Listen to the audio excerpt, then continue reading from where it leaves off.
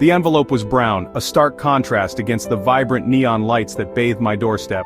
It was plain, unassuming, yet it carried an air of foreboding.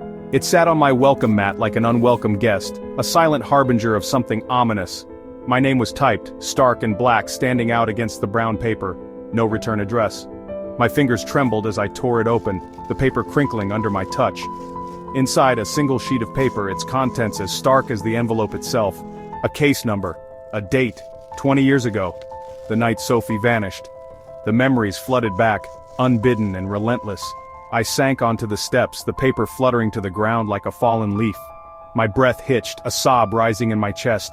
20 years I'd fought for this. 20 years of dead ends, of whispers, of guilt. Now, finally the truth. The Freedom of Information Act request had come through. A sliver of hope in a sea of despair. This wasn't just a case file, it was the key to unlocking my past. The night Sophie disappeared was etched into my memory, every detail seared into my brain. The sweet taste of stolen ice cream, the hushed whispers of a shared secret, the chilling silence that followed. Each moment was a piece of a puzzle I had been trying to solve for 2 decades. And now, with this envelope, I was one step closer to the truth. This wasn't just about closure, it was about justice, about finding out what really happened that night, about Sophie, about me. The night Sophie disappeared was etched into my memory, every detail seared into my brain. The sweet taste of stolen ice cream, the hushed whispers of a shared secret, the chilling silence that followed. And now, with this envelope, the silence was about to be broken. We were supposed to be asleep, but we weren't. Sophie, with her wild curls spread across the pillow, looked like an angel. I was 8, small for my age, always in Sophie's shadow. That night the air hung heavy, thick with the promise of a summer storm. Sophie had woken me up, her eyes shining with mischief and excitement. "Come on," she whispered, her voice a thrilling murmur in the dark. "I have strawberry ice cream," she said. We tiptoed downstairs, 2 shadows in the pale moonlight. I remember the sticky sweetness on my tongue, the way Sophie's laugh echoed in the quiet house. Then, the phone rang, shattering the silence of the night. The shrill ring cut through the house, echoing off the walls. Sophie's face crumpled with worry, her eyes darting around nervously. She answered on the kitchen wall phone, her voice a hushed whisper, barely audible. I remember the fear in her eyes, the way she kept glancing at the back door as if expecting someone. Who was she talking to? The tension was palpable.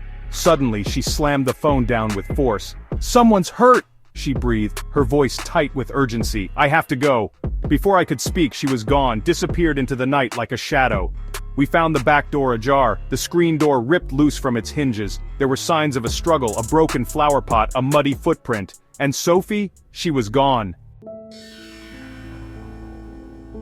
20 years of silence, 20 long years of unanswered questions and sleepless nights. The police called it a runaway case. They were quick to dismiss it, just another statistic in their files. They said Sophie had probably gone willingly. But I knew better. I knew my sister, and she would never just leave. I felt it in my gut.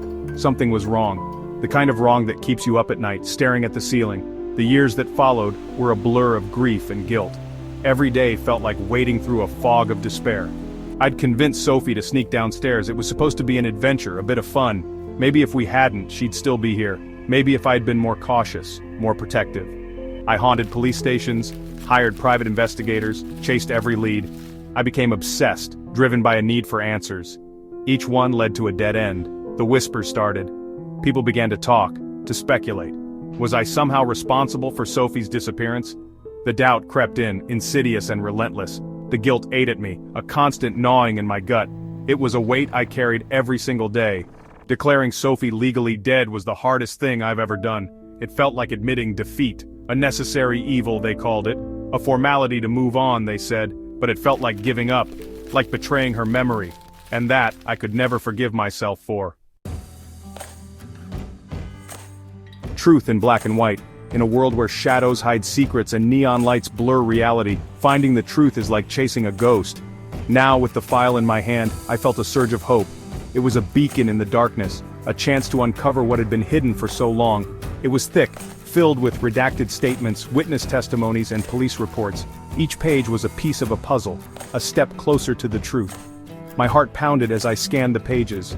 Every line, every word, could be the key to unlocking the mystery. There, buried deep in the file, was a name I recognized. My blood ran cold. I knew this name. It was a name that haunted my past. He was someone we knew.